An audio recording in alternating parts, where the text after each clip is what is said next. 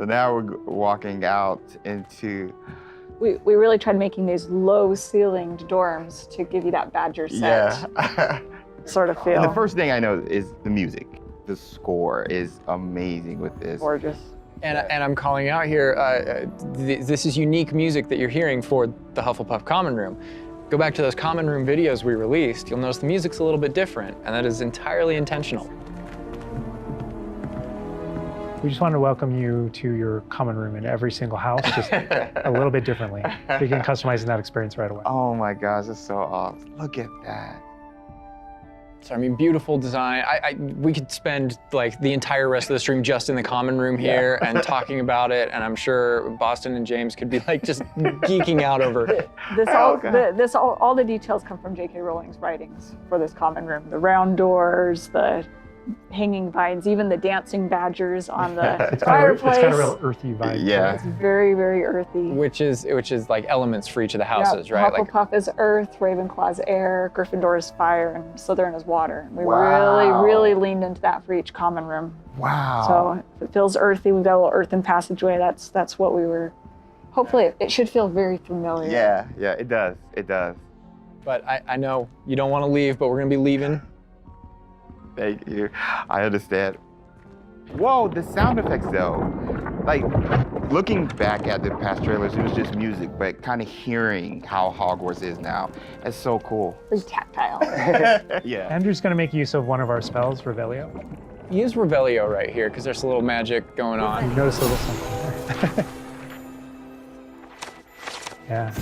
So these are something that we kind of interchangeably call Revelio pages or lore pages. And you'll notice a bunch of things pop up on the screen. Yeah. You see that we got some XP for it. Mm-hmm. And you can also see that we've advanced something called like a field guide challenge up in the corner. And I did notice the flue flame just ignite right there, which was so cool. Yeah. Oh man. Fast travel points there. House hourglasses. We had to, how much fun was it designing those and putting all those in there? They're gorgeous, but that they're there just like in the books. Yes. Right next to the Great Hall. It's a nod to lore. House points is not a core mechanic or system in the game. We didn't turn it narratively into like a gameplay system, but it's definitely present throughout our narrative. And there are lots of choices where we want to nod to things that aren't necessarily gameplay systems, but we nod to them as part of the narrative. Over to the right there, Andrew was teasing, that's the Great Hall over through those doors. Again, we're not going there. He's just kind of like, no. Cool. Here's another collectible page. You know, just again showing you like just these things around Hogwarts that you can do and pick up and. That's a shot straight from the trailer too. Just that part right there. I recognize that. We might be giving you a little fan service here with callbacks to those. So. And this must be summertime because I noticed these are the summertime windows. These windows will change with the seasons. Yeah, the detail I put in this is kind of I get surprised by it all the time. That's a sentient magic castle. So. Oh man. And we're going out. Look at that. This is where the students would normally kind of congregate, just to kind of chill out, play, meet each other outside of the Great Hall before and after meals. And I love the way that when the castle interconnects to, that it interconnects outside, inside. There are pathways on both sides of things, so you really get a sense of scope to how big this castle is. And when you see things, like you'll notice a bridge over there, that's a place you can go to and cross. Like everything that you see is a place that you can visit. Wow. We put a lot of effort in making it feel really alive. Not just with student population, but even just the greenery and stuff. It's Scotland. Yeah. And this castle's been here for hundreds of years, so just kind of the moss and all the trees that have overgrown it, and oh my gosh, that landscape, that Scottish. This location might look a little familiar to you. I thought I recognized it. I believe this is from the Spring ASMR, and yes, so that puzzle right there, that view, Andrew is taking us right back to that. I am going to tell Andrew not to interact with that puzzle and to keep moving on. No. We can't spoil everything. We can't give you everything, right? Hogwarts contains a lot of secrets. Oh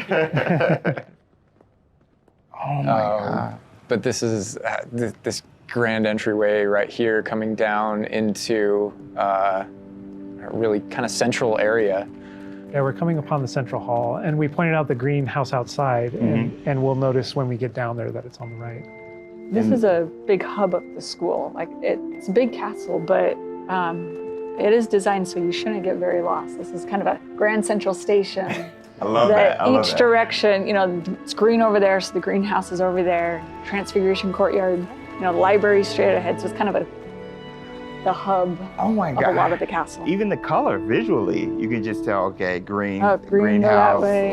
Oh my God. A lot of it'll be subconscious, but Yeah. it'll help you really learn the castle and feel like you know your way around. That's not to say that it's easy to learn. All of us here still get pretty lost in it It on a is a daily castle. basis. It It's a is. castle. Great point. I love that Andrew's definitely teasing a lot of things here. I'm noticing he's swinging the camera this way and that. Yeah.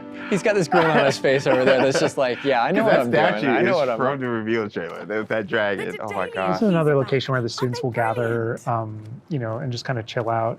And an opportunity to talk to somebody, get a quest giver here. Is everything all right? Yes, I'm sorry. I'm Nellie, by the way. I'm just so excited that the Daedalian keys are back. The what keys? The Daedalian keys. Surely you've seen them flying about. Rumour is that a former headmistress, Professor Mole, conjured them to protect the contents of certain locked cabinets years ago. Professor Black couldn't be bothered to disenchant the keys, and they appear every few years. You should try to catch one. Why would I do that? Each key will lead you to a locked cabinet somewhere in the castle. If you can manage to get the key into the cabinet lock, not an easy task, you may find a reward.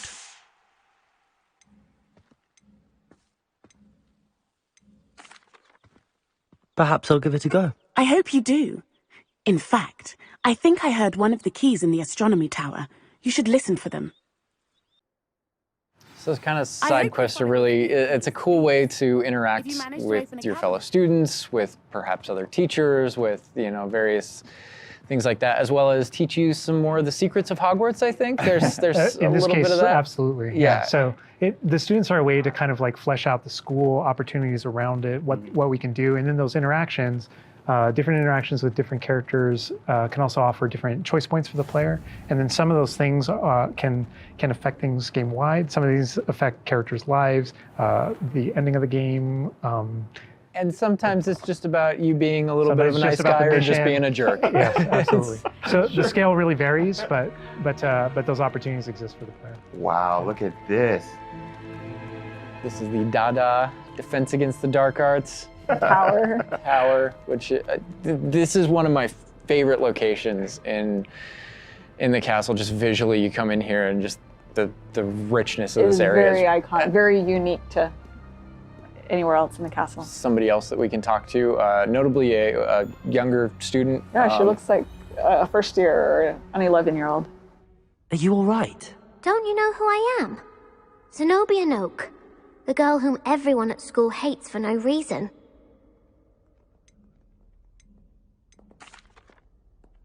Everyone hates you. Why? Because Hogwarts is full of bullies and spoilsports. Leander Pruitt's one of the worst, that no-talent moon mind. I wanted to make some new friends, and so I brought my collection down to the common room. My gobstone collection, that is. I was hoping someone would want to play. Are you familiar with gobstones? Little balls, like marbles. Grand game. And if you lose, they spray you with a foul-smelling liquid.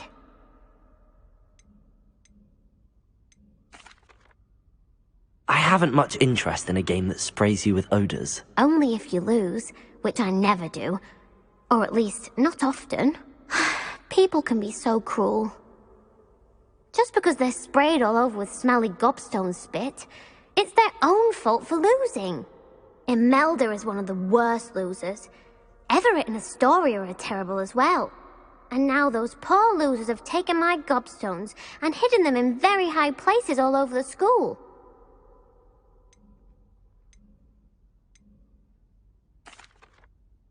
Sounds as if you caused the smelly situation and they responded accordingly.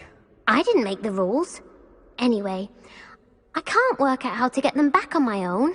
I don't think I know the necessary spells yet. I need someone perhaps a selfless and talented 5th year to help me.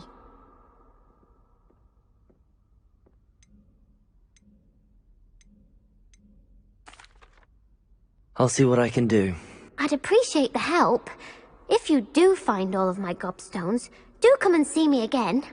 I'll be back to playing Snake Pit and Jackstone by myself in no time. I love that interaction with her because there's so many ways that you can go with that. You can you can feel for her. You can be a jerk to her. You can be like, gobstone sounds awful. It sounds like you're just mean. Yeah, and your opportunities to be mean there aren't over. So, they continue. That's a good example of the gobstones too. I know people are gonna ask, gobstones playable? They mentioned it, right? Yeah. Gobstones is one of the things that is not playable in the game. I know we've had to rip the Band-Aid off on a few things.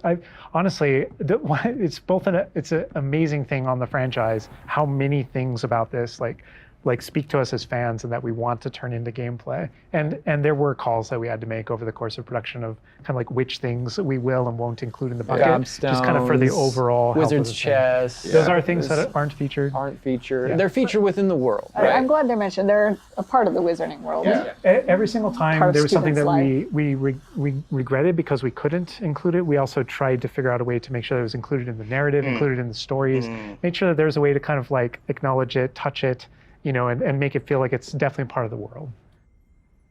And I know here too, we're like, reaction. I was like, we're in the Defense Against the Dark Arts class. I recognize that staircase to the left where we were just at. Andrew was walking by. I also recognize the dragon at the very top.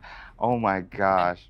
Being in a classroom, I think this is a good opportunity to talk about how classes work because we've gotten a lot of questions about that. Is it a schedule-based system? Is it so tell us how classes work? Yeah, so ultimately we decided not to go the sim route. So I think like one of the speculations was, is there time of day and that kind of thing. Like, can I miss class at this time of day? There is a day-night cycle. Yeah, there is a day-night cycle, but everything is very narrative-based, and so there's a big mystery going on in the world. There's something happening in the narrative, and we essentially see it as kind of like chapters in that narrative.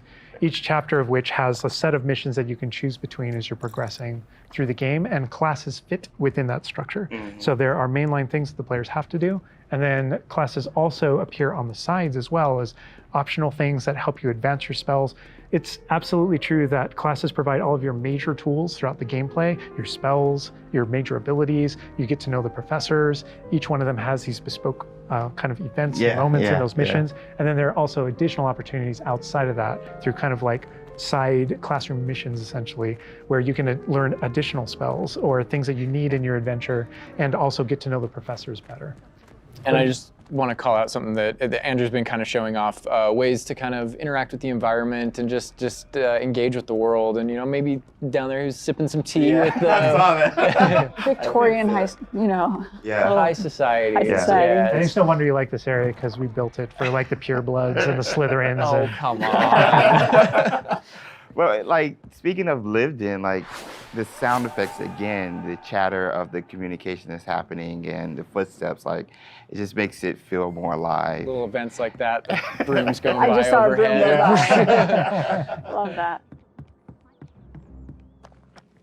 The data tower was one example, but no two hallways should look the same in Hogwarts. It has a lot of personality. Every hallway should be a little bit different, and that's mostly to help orient the player, help you not get lost. But this is Hesperus Hall. That's a little nod from the Marauders, a name that came from the Marauders map. But every hallway will have a little bit of a different personality and personality. I like that because it does. Like Hogwarts has character. Hogwarts is its own character, no matter where you go. Yeah. Feels just a little bit different. Yeah. It's a sentient castle full of magic for hundreds of years. Yeah. It's going to kind of And grow and full develop. of, I heard something. Yeah. Speaking of characters. Speaking of magic, Mr. Magic himself. My future poltergeist too. We talked about building on lore too. I know there's that statue over to the side. Oh, yeah? That's Do you know who that is? Lachlan the Lanky, Yeah, and he's got his Bowtruckle friend. And I think if players don't know, there's another Revelio page there. Yeah, there's a map of Argyllshire. We know the fat lady. hides It there. hides behind it. That's right. The third book. But sometimes a hallway has personality by how it looks, or we just passed a music hallway where the portraits have kind of taken it over, and so the sound makes it really unique. All right, I gotta call this out here. I know there's been some criticism in the past that our trailers and our gameplay and what we've shown so far has not had enough owls. Okay, so here we are at the owlery. We're looking directly at the owlery to show you all of the owls. It's a lot of owls. It's a lot of owls at the owlery. I love all the owls. fog rolling down that. Great callback. Great call. But no, I also love that as I one of my favorite things about just kind of going around on the outside of the school is that all those things that I see are places that I can go to, that I can visit. I just love that sensation That's knowing so that is cool. real. That lovely Scottish countryside. We're kind of closing out our mini tour of Hogwarts, and again, it was but a fraction of this enormous castle. On and off. But we're closing it out here in the Clock Tower, so another recognizable location. Yeah. But this is where Crossed Wands, which is the secret, not so secret dueling club, is that the students have put together. Professors definitely know about it, but they think they're being clever. And it's run by this Lucan Brattleby here. Who's in a younger year, but we kind of like that that he's running things. Hello, Lucan. May I use the training dummy? Of course. I'll fetch it and give you a list of combinations to practice. Ready to have a try now? That would be wonderful. Be sure to cast all your spells before the dummy lands. If you need to stop practicing before you finish all of them, let me know. And this is a really good opportunity to now jump into combat, because really in the game, this is going to be the first time where you yourself get to learn about combat and combos in a big way and in a new way. For me personally, this was where the game really starts to open up to the possibilities. Yeah. So we've set up a training dummy, and this is kind of an activity where you're supposed to execute according to kind of the iconography on the top. Now, what we see on the top is the Accio spell, followed by 4 what we just kind of lovingly refer to as basic shots. There's certain spells what the wizards kind of use, just kind of fling. Andrew's using one now. And you trigger that by tapping R2 on your controller. So you can see in the corner R2. So if you tap R2, that throws out a basic shot. But that R2 is also your gateway to all of the spells that you might slot. So if you hold R2 instead, you can see how the diamond expands. And if we let go, you see how it contracts. Yeah. And so if you hold it again, it expands. And so when it expands, then all the spells that you slotted while you're holding that button can now be tapped with your face buttons. Awesome. And not only that, but over the course of the game, you can gain additional spell diamonds, up to 4 additional ones, so that you can slot up to 16 spells, pretty much instantly. And then that helped us fulfill the fantasy of in combat, I need to be able to access things very rapidly. Yeah. And so you learn over the course of these events, how to juggle not just the spell casting, but also it reinforces an understanding of another feature of the wheel, which is their cooldowns. So as you're casting spells, just to make sure that you're not just kind of repeatedly using one thing over and over and over again, Right. you can see cooldowns on the spells that he's using on the wheel. And then as you progress through the game, there are different things that can affect things, like cooldowns through your talents, different things that allow you to kind of juggle and adjust and update those things. And so if you hold down R2 and you tap the D-pad, it will switch between your other diamonds if you've unlocked them, and that's how you access all those. Oh man, it looks like we're about to get some action over here. Yeah.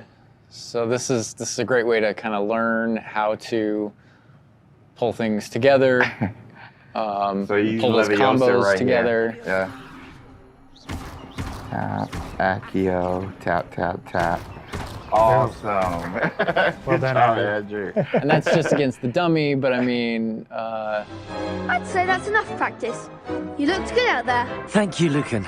I say better to discover one's weaknesses during practice than during a duel. You'll be a fearsome challenger now.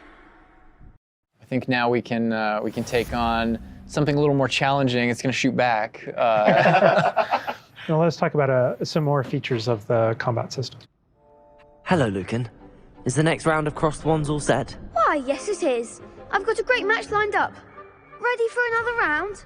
We're on a PS5 dev kit here, so we're going to be able to kind of pause I'm ready.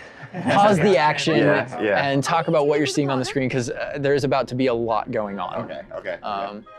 All